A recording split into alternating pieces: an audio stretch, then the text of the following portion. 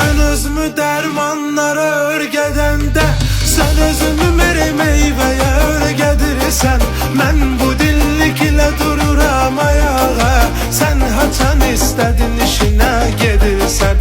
Elə ki oturdun otağına çay gəlir, haçan istədin istirahət edirsən. Mən yorulanda baş ağrı dərmanın, atıram ayaq üstə canım ağrıyır. Sən varlı mən isə kasıb oğlan, yatıram ayaq üstə canım ağrıyır. Sən maşın ilə mən isə